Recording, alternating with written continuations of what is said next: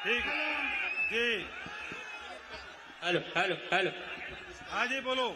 Hello hello. जय जोहार काका। जय जोहार। ये कहते कर। अच्छा इसके बाद ना ये बच्चे बहुत देर से कर रहे हैं इधर मैं एक। ऋतुराज साहू हाँ इधर।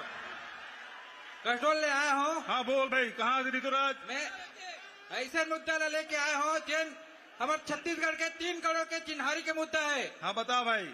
ये हमारा ये मुद्दा है कि आप अंग्रेजी मीडियम के आत्मानंद खोले हो, हिंदी मीडियम के आत्मानंद खोले हो, कॉलेज खोले हो, तो छत्तीसगढ़ी माध्यम के घलों स्कूल खुलना चाहिए। और संगे संग ये है अभी सब चुनाव में आई तो सब पार्टी चुनावी में छत्तीसगढ़ी ला पौरी, लेकिन कोनो सरकार में हिम्मत नहीं है कि वो छत्तीसगढ़ी ला माध्यम में स्कूल में लागू कर दे।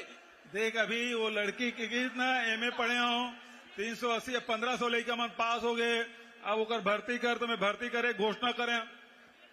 तोला जानकारी होना चाहिए कि छत्तीसगढ़ में छत्तीसगढ़ी भाषा ला राजभाषा बनाए बर 2 बार ले शासकीय संकल्प ला रहे हैं छत्तीसगढ़ विधानसभा में, तब जाको बने।